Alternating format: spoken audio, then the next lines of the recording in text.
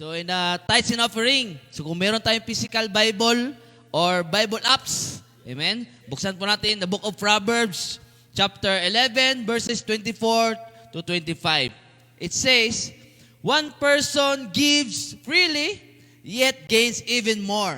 Another withholds unduly, but comes to poverty. 25, a generous person will prosper. Whoever refreshes others will be refreshes. So, praise the Word of God. So, nawa ang lahat na ay nagagalak. No? Kahit na sabihin natin, meron tayong binabalik, dapat lang talaga na meron tayong ibalik para sa ating Panginoon. Amen? Kasi bakit? Nagising tayo na buong kalakasan na merong payapa, peace of mind. Ang nakaganda nito, dahil hindi tayo nakakalimot. Amen? Sa gawain nating Panginoon. Amen? So, sinabi na doon, ang mga taong mapagbigay ay lalong yumayaman. Siyempre, gusto tayong lumaman, di ba? Amen? Hindi po ito networking. Ayan? Hindi po ito networking. So, sinakasaad dito, sinasabi na ang taong mapagbigay ay lalong yumayaman. Amen? Marami aspeto ng pagyaman. Bagkus, sinasabi dito, yayaman na may kalakasan. Amen? Mayaman. Sabihin natin, mga friends, di ba? Yayaman ka, yung yayaman na masustain, yung pangangailangan.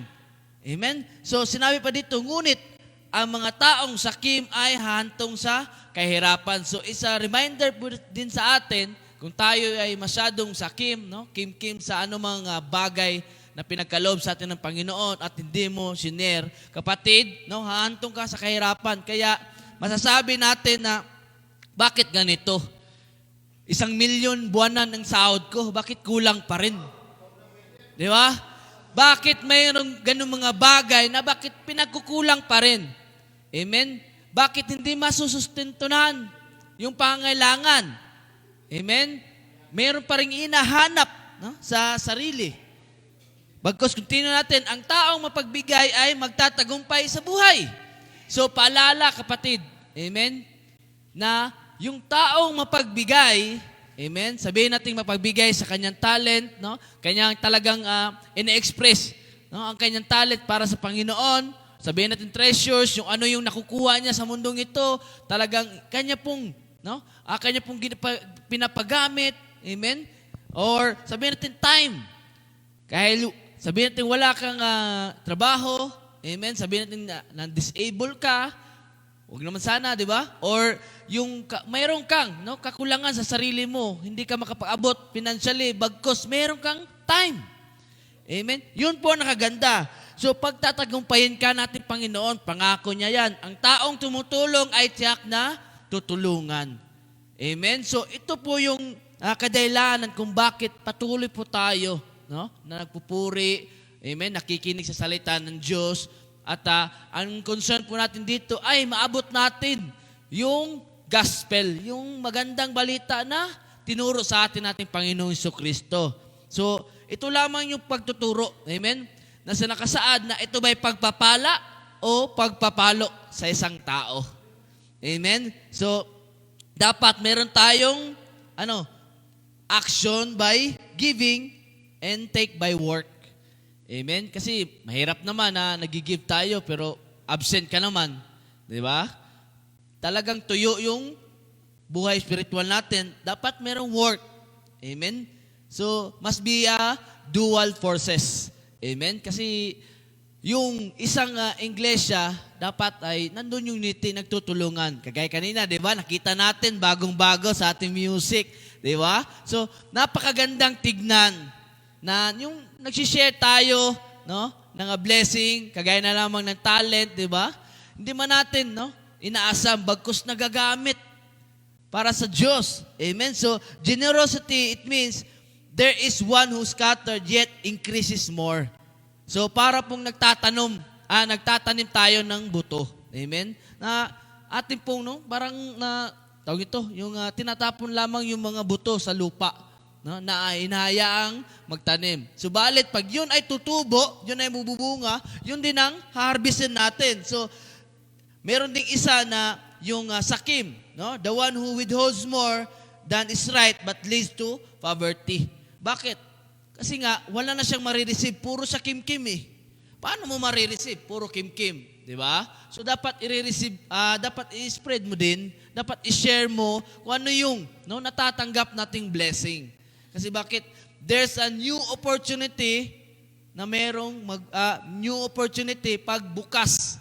Bukas palad tayong nagbibigay. So, ngayon, sinasabi din dito, the person who scatters or give increase even more is like, tawag ito, yung fully, trusted God.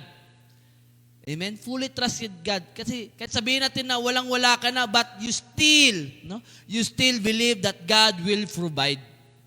Amen? In the Philippians 4:19. Di ba? To all His glory. Di ba? So, mayaman po ang ating Panginoon. Bagkos, God blesses generosity by increasing what we have. So, malay natin, di ba? Pinag-iingat niya yung mahal mo sa buhay. Di ba? Yung mga bahay mo na hindi masalanta. Di ba? Hindi masunugan. Or even your health, yourself, hindi ka pababayaan sa pang-araw-araw mong pagtatrabaho. Kasi bakit? You invested first sa Kanya. Binalik mo sa Kanya yung narapat So, God will provide, God will protect to you. Amen? So, God, provision and joy that comes through generosity. So, ang Panginoon natin, nagbibigay ng ipagkakaloob niya, ay nakikita niya na ikaw ay mapagbigay. So, paalala sa atin, So, sino yung nag-aalaga, sino nagbibigay, sino yung nagpapatubig sa kanyang kapatiran, amen, sa churches, kapatid, ibabalik yan ng Panginoon at doble-doble pa. So, sabi nga sa 2 Corinthians chapter 9 verse 7, ang bawat isa sa inyo ay magbigay ng ayon sa sariling kapasyanan, nang walang pag-atubili at hindi sa pilitan, dahil mahal ng Diyos ang mga nagbibigay ng may kagalakan. Amen? Dapat magalak pag tayo ay nagbibigay. Amen? So, dapat unti-unti po natin to na ina-action, tawag ito, yung kakarakter. Amen? Unti po natin to ipamumuhay.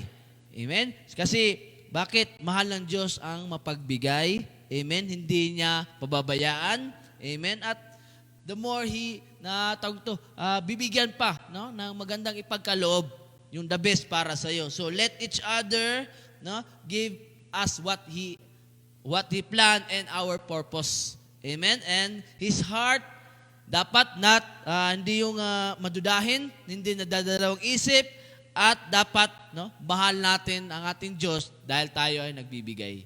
Amen? So, dapat magbigay tayo ng taas ng puso at kagalakan yung cheerful na pagbibigay para sa Diyos. Amen? So, tayo po tumayo at encourage ko po sa online na magbigay po tayo. Amen?